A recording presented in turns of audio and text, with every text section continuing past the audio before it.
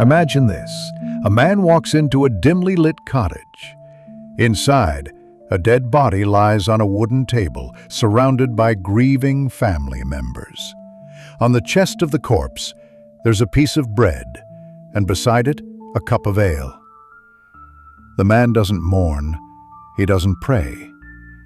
Instead, he quietly eats the bread, drinks the ale, and leaves.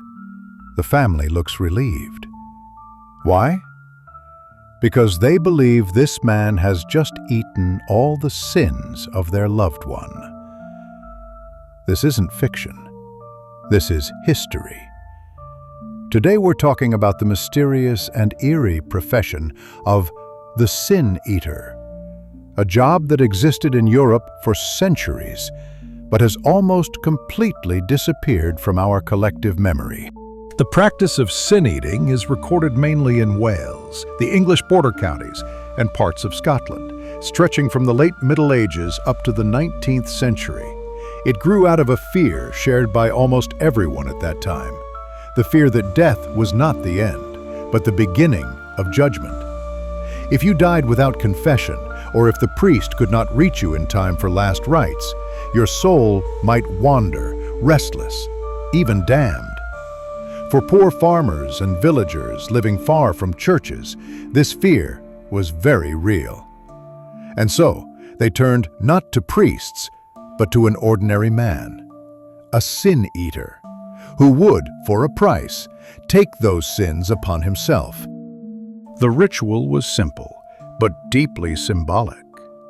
When someone died, the family would place bread, sometimes sprinkled with salt, on the chest of the corpse. The idea was that the bread absorbed the dead person's sins. Beside it stood a cup of ale or wine, the drink of cleansing. The sin eater would enter quietly. Sometimes he would mutter a few prayers. In other cases, he said nothing at all. He took the bread, chewed it slowly, drank the ale, and with that act, the sins were believed to pass into him. Imagine the atmosphere, the air heavy with the smell of candles and the closeness of grief. Every eye fixed on one man as he swallows bread that is no longer just food, but a symbol of everything shameful, guilty, or unconfessed in a human life. Then, without a word, he would leave, carrying the burden alone. What did he earn for this strange work? Very little. A shilling, perhaps. Or just the bread and ale themselves.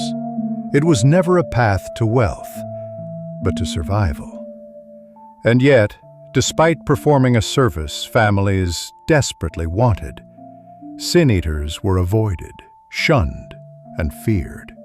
Villagers believed that after consuming so many sins, these men became spiritually filthy, dangerous even. No one wanted to sit beside a sin eater at a tavern. Few wanted them as neighbors. So they lived on the edges of society, lonely, poor, half needed, and half despised. A man who made his living from death and carried with him the weight of sins that were never his own. The practice was not just rumor. Priests in 17th century Welsh parish records angrily noted that villagers were hiring sin eaters instead of seeking the church. Travelers wrote of seeing the ritual firsthand. One 18th century account describes how the sin eater quickly ate bread placed on the body, muttered a short prayer for show, then hurried out as if afraid to linger too long with the dead. The most famous sin eater we know by name was Richard Munslow from Herefordshire. He died in 1906, often called the last sin eater. Curiously, Munslow was not a poor outcast, but a farmer of some means. It's said that after losing several of his children, he began acting as a sin eater, perhaps not out of desperation, but out of compassion for grieving families. Think of that. A man who carried others' grief turning bread and ale into symbols of release. His grave still stands today, a reminder of a practice now almost vanished. Of course, the Church condemned the practice. Both Catholic and Protestant authorities insisted that forgiveness came only from God through confession, prayer, and sacraments. To them, sin-eating was heresy, even blasphemy. But in the remote hills of Wales or along the misty border counties, the authority of distant bishops mattered little. People wanted comfort they could see, a ritual they could trust, and a man who would show up at their door when death arrived. It was a clash between official religion and desperate folk belief, between doctrine and human need. By the 19th century, sin-eating was fading fast. Churches expanded, medicine improved, and funerary customs became more standardized. Villagers began to see the practice as old-fashioned, even superstitious. When Richard Munslow died in 1906, newspapers labeled him the last sin-eater. With him, the profession slipped quietly into history. Though the sin-eater disappeared, the idea has lingered. It appears in Gothic novels, horror films, even modern fantasy stories. The mysterious figure who takes on the burdens of others. It's a powerful symbol, the idea that someone else can carry away your darkness, your guilt, your sins.